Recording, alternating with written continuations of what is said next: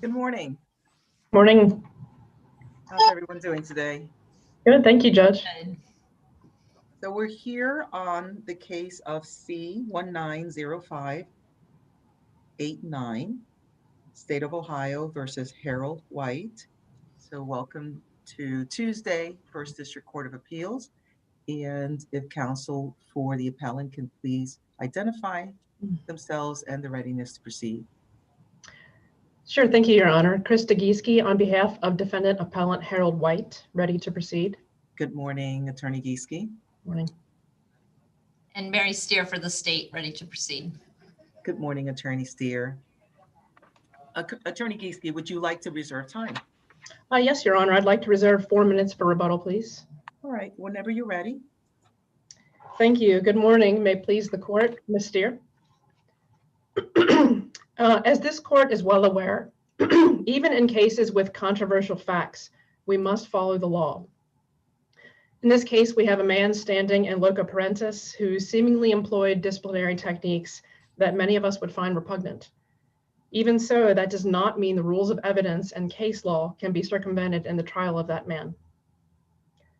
To begin, many legal errors perpetrated at trial deprives Mr. White of a fair trial and require reversal. So first, one need look no further than the Ohio Supreme Court's recent decision in State versus Hartman.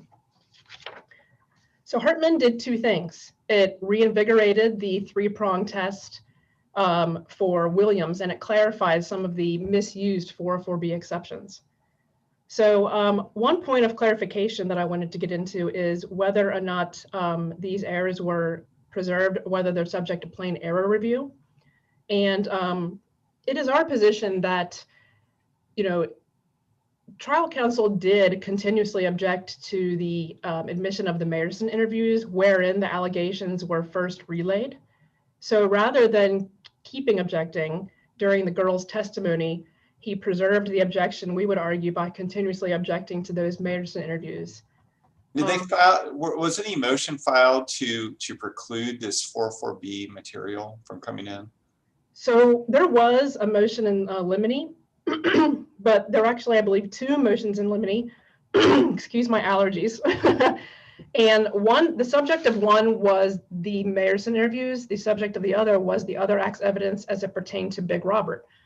Now, it's our position that defense counsel should not be dinged for that because the state's notice of intent to use evidence referenced only the other act's evidence going to Big Robert.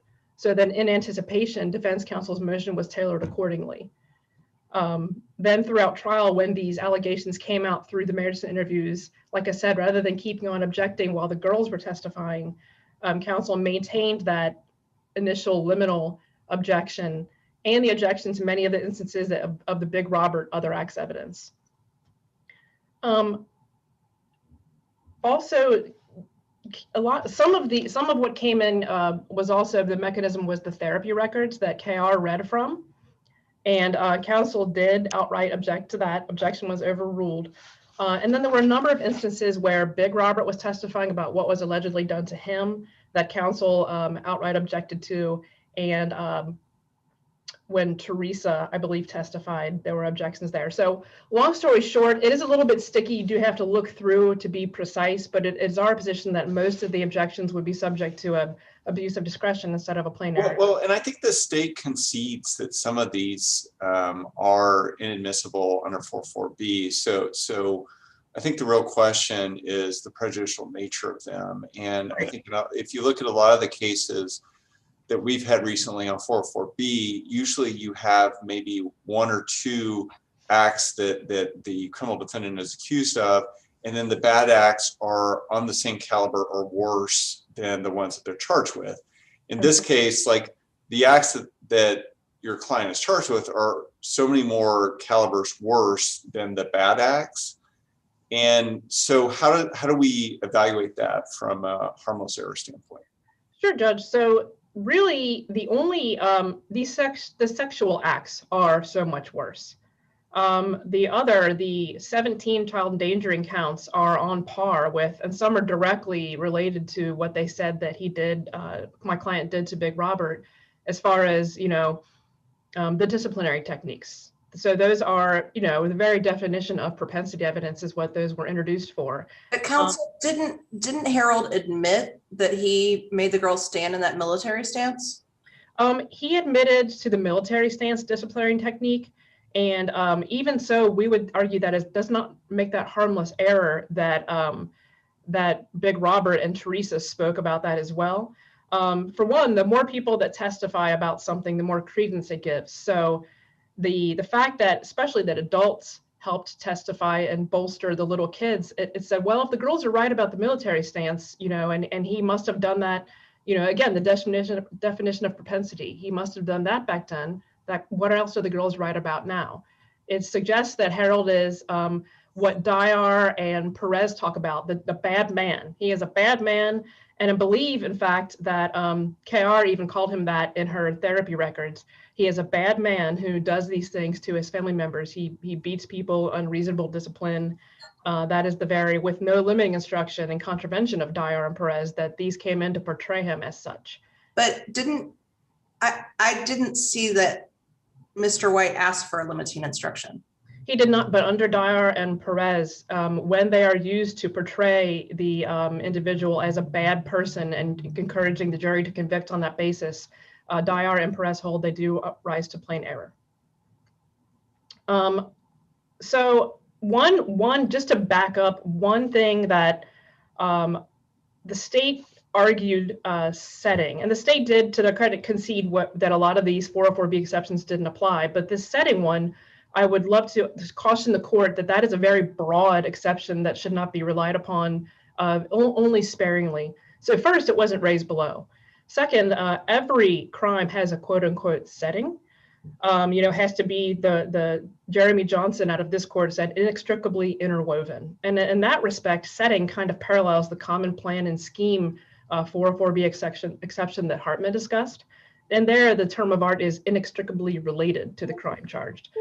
So we would say that, you know, that is a very slippery slope if you broaden setting beyond inextricably interwoven, and that we would encourage the court not to rely upon this in that setting in this case.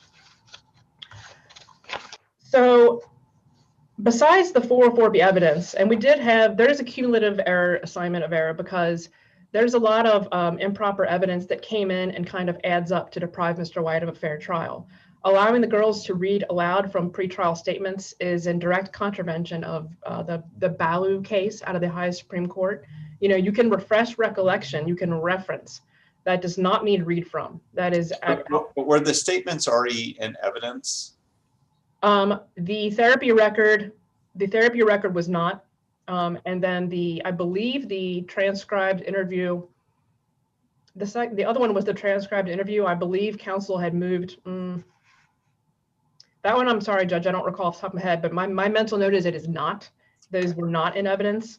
That counsel did reference one of them, but that it didn't rise to the level of impeachment because he referenced AR's interview when crossing her, and she just kept saying, I don't know, I don't remember. So he didn't actually impeach her with it. That was I believe the first time it was possibly referenced, but he didn't bring it in and it didn't work for impeachment purposes. Definitely the therapy records were vehemently objected against and were not in the record. So those came in, those defied Balu. Then you look at the 2018 interviews for Mayerson. So we all know the test by now that if the primary purpose is medical diagnosis and treatment, these come in. The 2013 Mayerson interviews, yes, those can arguably satisfy that purpose, but the 2018 interviews, I think the state even conceded early on that AR's 2018 interview at the school was forensic. It shouldn't have come in. KR's 2018 interview. So again, you look at the primary purpose test, which is I'm going to butcher this, Lukacs case out of this court. The primary purpose was for forensic purposes. You know, that there were additional disclosures, yes. KR did end up getting STD testing based upon those closures, but that was the only medical facet of this.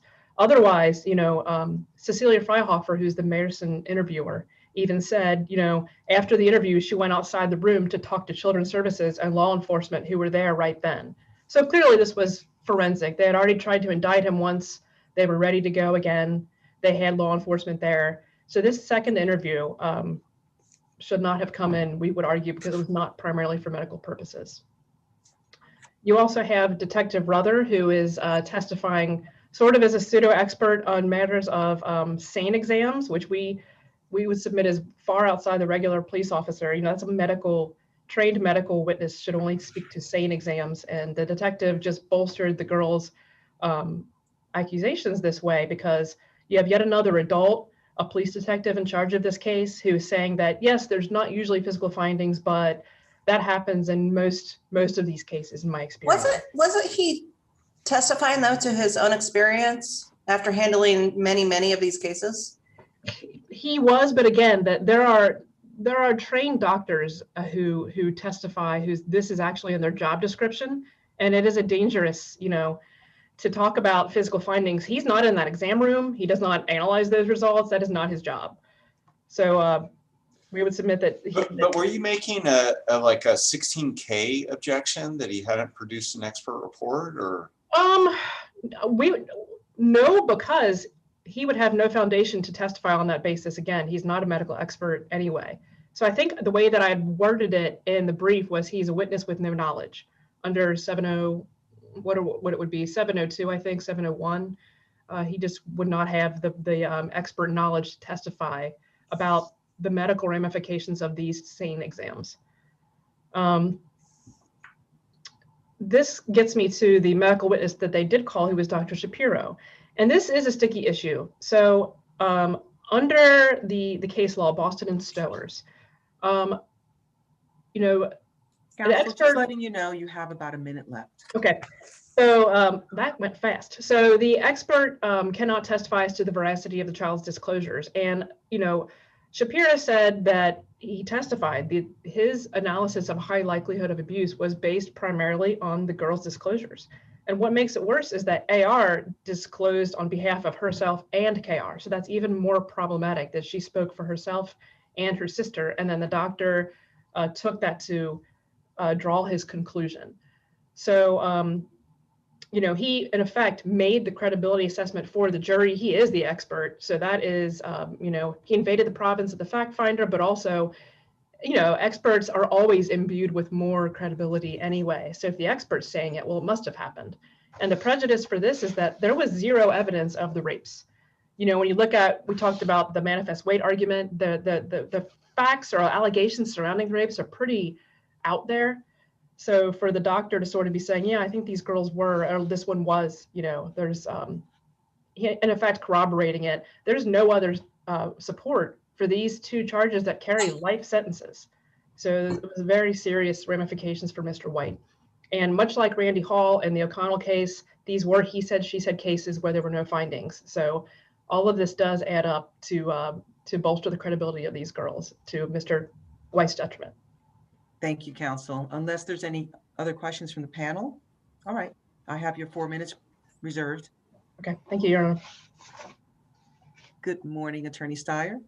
Good morning, Your Honor. Ms. Gieske, may it please the court.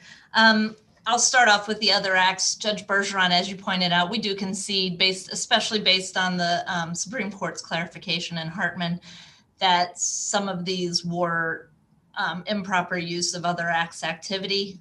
But the ones that did get in, I think, especially like the evidence or the testimony about Robert standing in the military stance, I think given the fact that White admitted to using that as a disciplinary technique lessens the prejudice, if not completely eliminates it.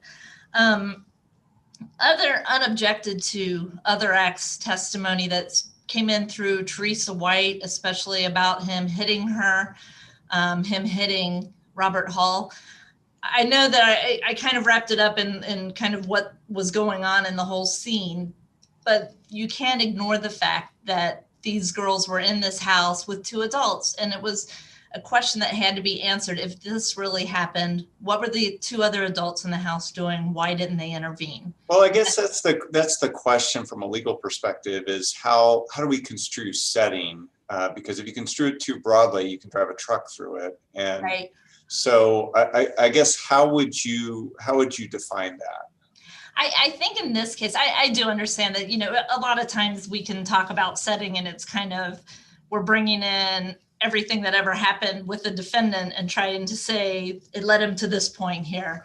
But in this case, I mean, the setting here is this house in Norwood, which was a small, apparently 1-bedroom house, where things were happening when at least Robert Hull Jr. was in the house. He was trying to get past his drug addiction. So he was in the house. It sounds like he was there pretty much all the time. So why didn't he intervene? Teresa White was going to work, I think, but the question was, why didn't she intervene? And so I think that does limit kind of what we're talking about, is why specifically during the time that the girls were there, why didn't those two do anything? And it was because Harold White hit them. Harold White used the same disciplinary tactics on Robert Hull. And then there was the Robert Hull Jr. was there, and they both expressed concern about him.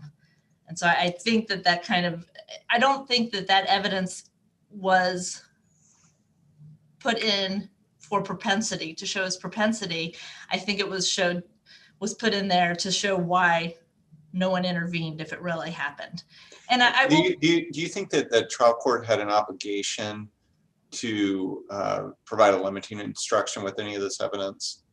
I don't. I think maybe with the evidence about Robert standing in the military stance, but again, because White admitted that, then I don't think that he used that as a technique. I don't think that was that prejudicial.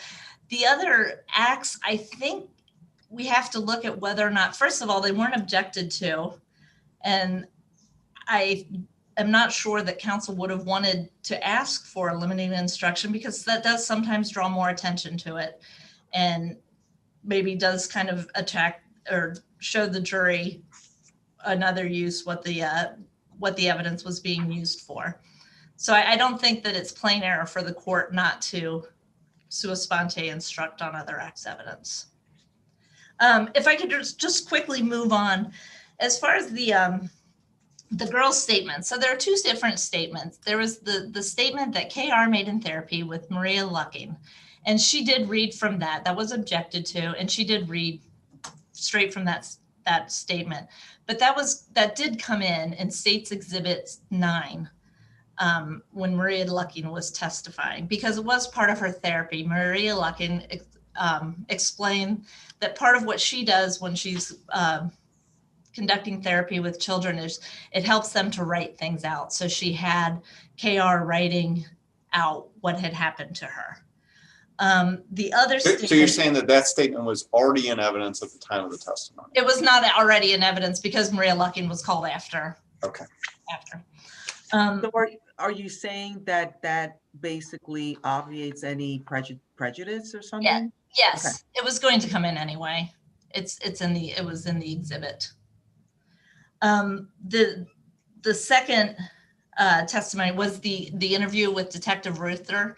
So Detective Ruther, when KR made her allegations in 2015, after she told her father's girlfriend that she had been raped, Detective Ruther went out to talk to her at the school. The state acknowledged that wasn't going to be used for medical purposes. So it wasn't going to come in under 8034. During cross-examination, defense counsel started asking KR about her interview. And granted, she did say, I don't know. You have to remember she's a 10-year-old girl. But he was reading from it directly, saying, well, would it surprise you that you said you never saw Harold touch AR or something like that? And she said, I don't know, no. And so he was using it to impeach her. And so the state had the ability to bring the statement back in on redirect and enter the statement into evidence. Instead of doing that, they started having KR read from it. And then once counsel objected, they stopped. And they just asked her about what she had said during the interview. If I could move on to Detective Ruther, Judge Bach, like you said, what he was testifying to was his own experience. He wasn't talking about how to get forensic evidence from the kids. He wasn't talking about what happens during a SANE exam. What he was talking about was in his experience of investigating these sex abuse cases. And he was one of the investigators who I think is actually assigned to children's. He's at the Mayerson Center, so he's seen a lot of them. In his experience, it's not unusual that there's not forensic evidence turned over. He would know that because obviously he would be involved with getting the evidence to the lab and getting the lab report.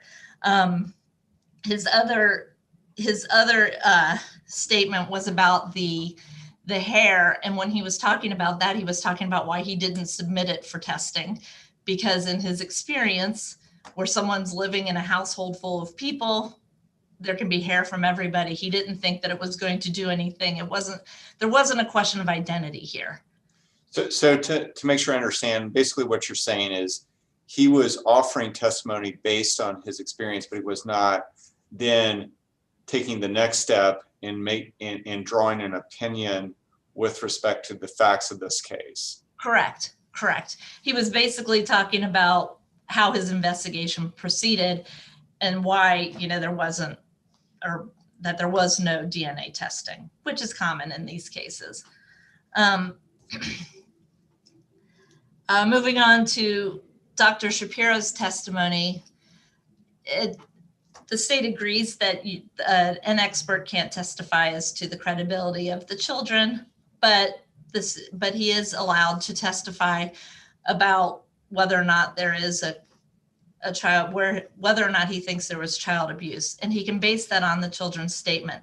While he did say that he based it mainly on the children's interviews with the social workers, he also said that he talked with the social workers. He had done medical exams of both of the girls. I believed he looked at pictures of the medical exams of both of the girls.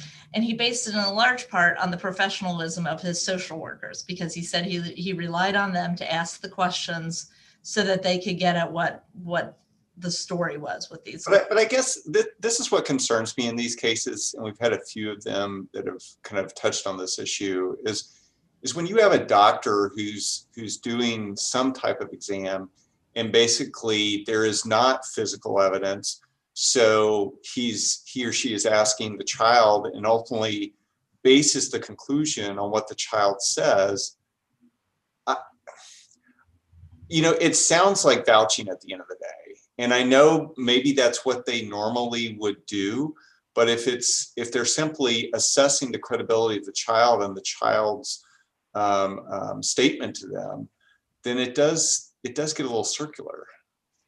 It is, and I think obviously these are hard cases because a lot of times there isn't physical evidence from these acts. Dr. Shapiro went into a long explanation of why there is physically with the children, how their bodies heal. And even though it was, the first time they were looked at 2 days after, their bodies heal pretty quickly. But I think that we have to at least give the expert credit for being able to look at all of the factors and look at all of the surrounding circumstances. And in this case, he also had, the fact that there are two girls who are telling, AR was telling the same story that KR told.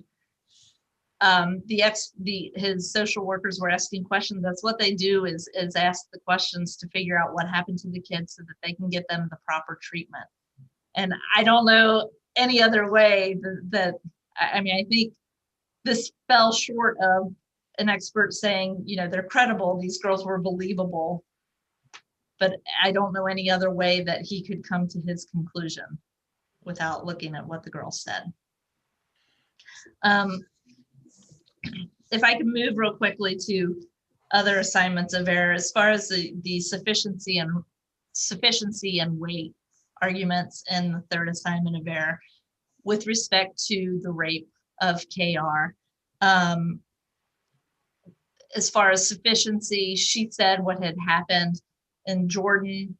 A victim's testimony is sufficient as long if it's to believed, it's sufficient to sustain a conviction.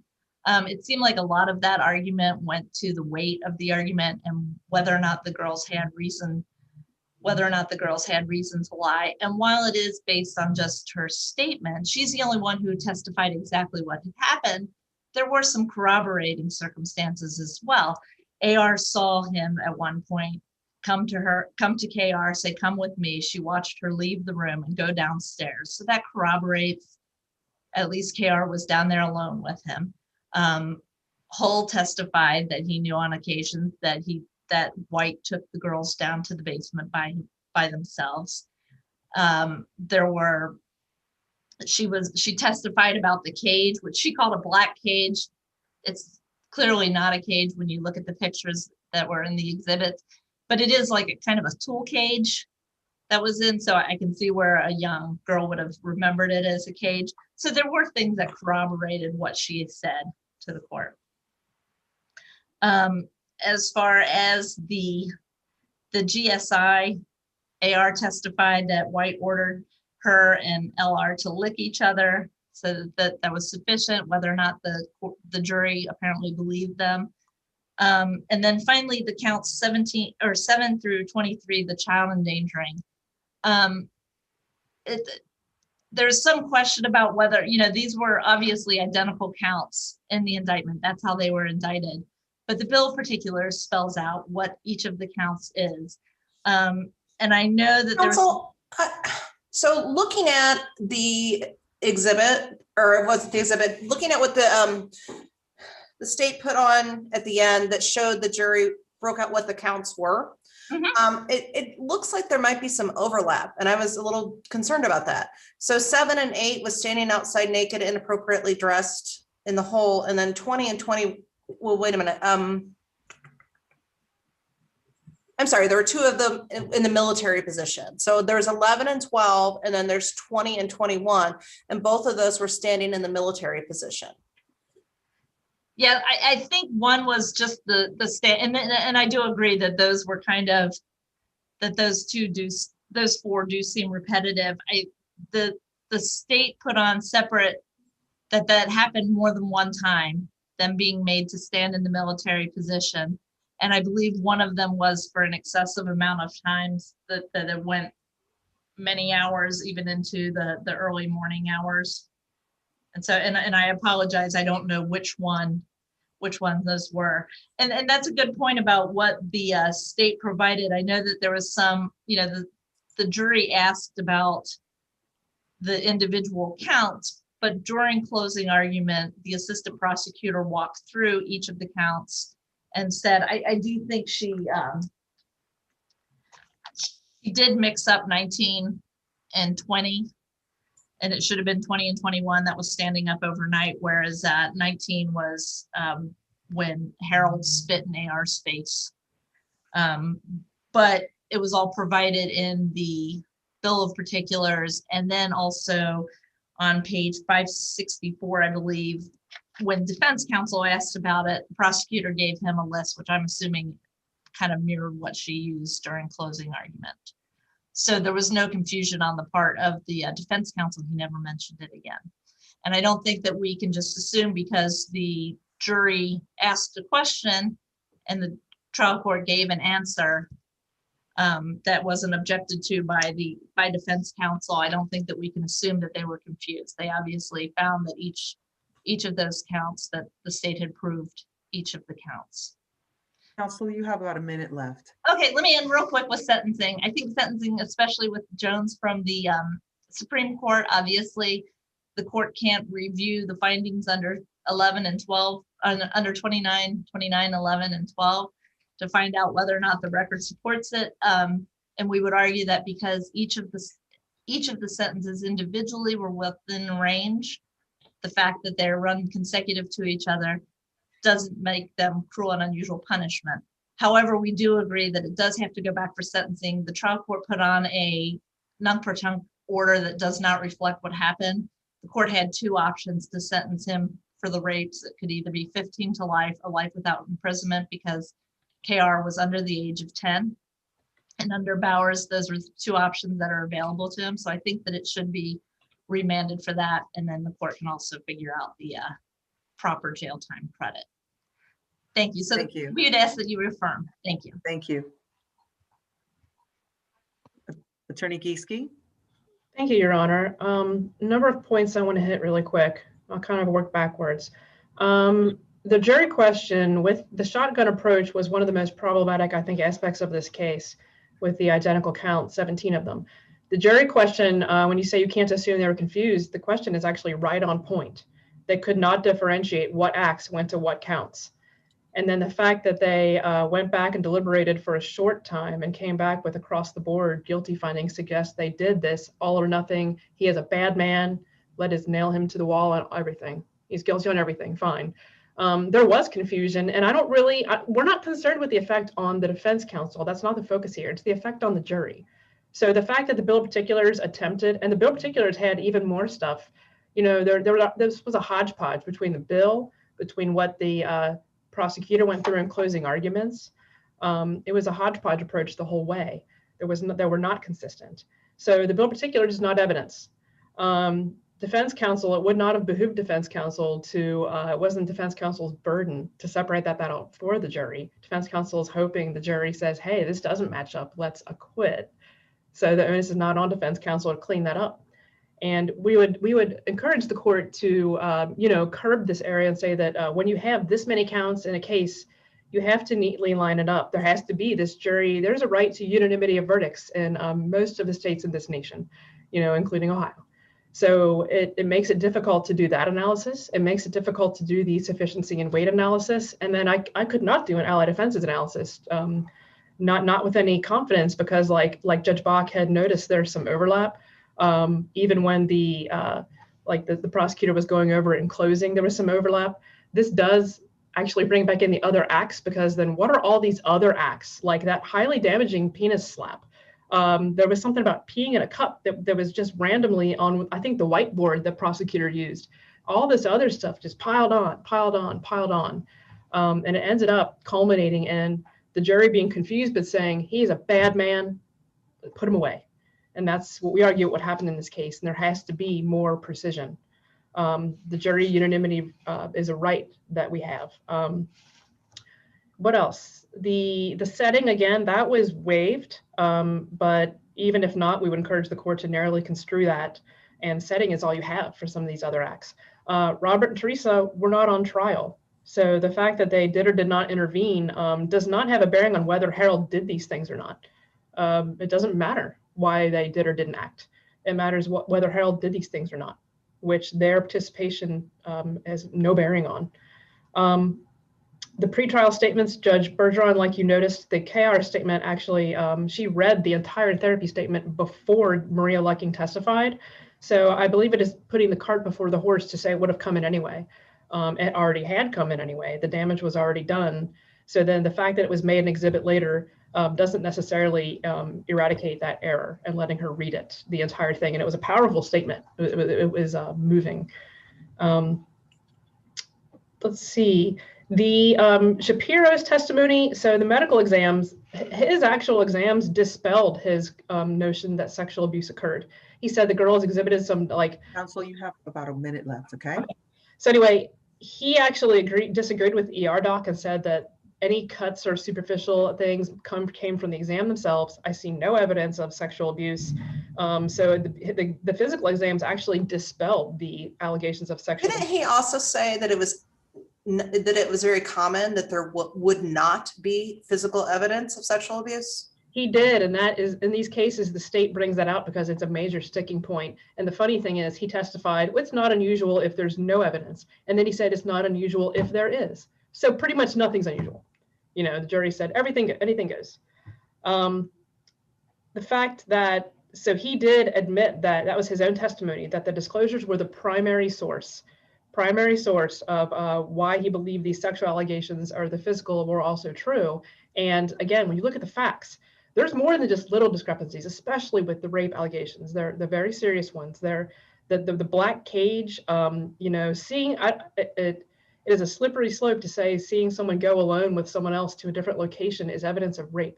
That is not beyond reasonable doubt by any stretch of the imagination. So we would encourage the court in closing to find that even if someone is arguably a harsh disciplinarian, they are not necessarily a molester or a rapist, that they still deserve a fair trial, and that these cases are difficult, but all the more reason that the rules of evidence in case law have to be strictly followed in these cases, and that was not done here. So we would ask this court reverse and remand for retrial or discharge. Thank you.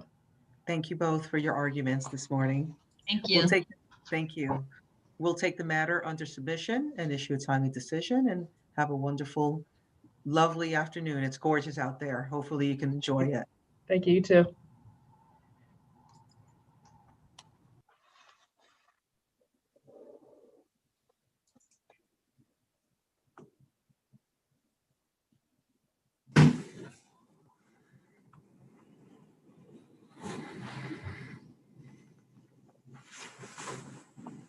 Good morning.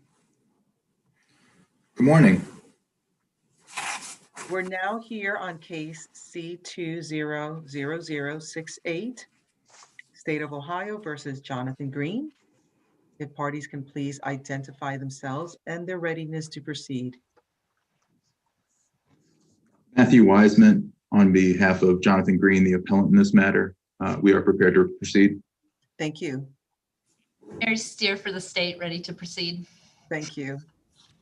Attorney Wiseman, would you like to reserve time? Yes, Your Honor, I'd like to reserve 3 minutes. 3 minutes. Okay, perfect. You can begin when you're ready. Thank you. May it please the court. This case comes to this court via appeal from the trial court's conviction of Mr. Greene, dated on or about January 24th of 2020. Briefly, officers were looking for a black BMW SUV on the morning of April 20th, 2018. They had an anonymous tip telling them to look for said vehicle, and the officers testified at a motion to suppress hearing that they were hoping to find enough probable cause to stop and search the vehicle. Specifically, what this appeal involves is the MVR, or the mobile video recording unit, of one Officer Schlidmeyer. Again, the traffic stop occurred on April 20th, 2018. Officer Schlidmeyer testified again at that motion to suppress that the MVR unit was tested that morning, working properly that morning. After the stop and arrest and subsequent indictment for Mr. Greene, there was a motion for, or a demand for discovery, request for bill of particulars filed on May 9th of 2018. And there was subsequently a specific subpoena sent to Cincinnati Police Department for any body worn camera images from Officer Schlidmeyer, as well as Officer Knapp, and any MVR. Your sound for some reason is not coming through.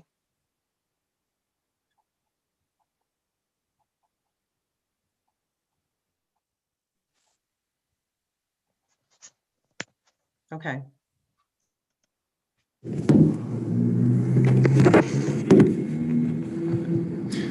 Attorney Wiseman, your picture is frozen. Oh. But do we have sound? I think it's. You can hear me now? Yeah. Mm-hmm.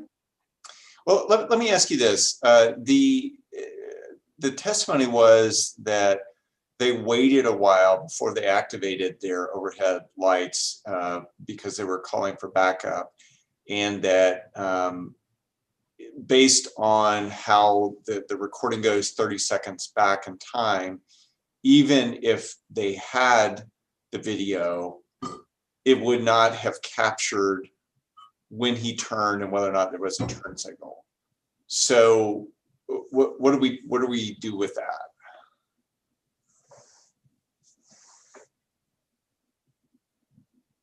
Okay, we have no sound again.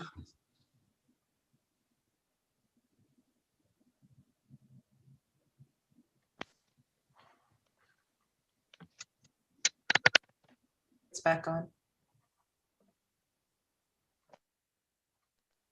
Attorney Wiseman, can you speak to see if we have sound? Okay.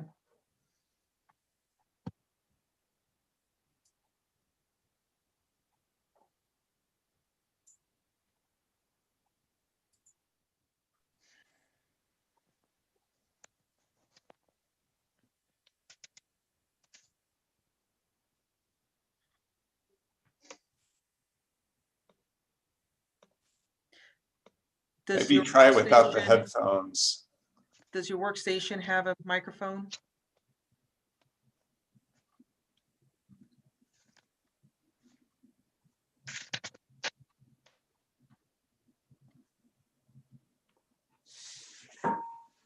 Attorney Wiseman, do you hear us? I can't hear anything. I can hear you. We can hear you.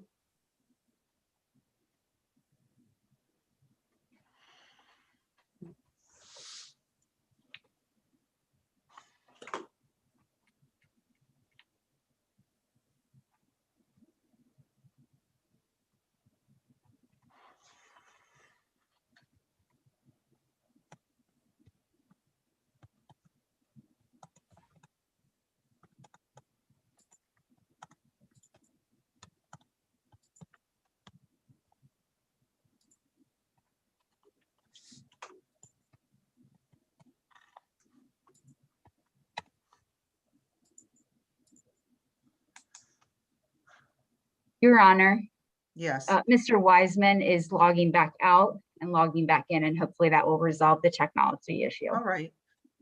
Go ahead and then turn off the recording in the interim, please.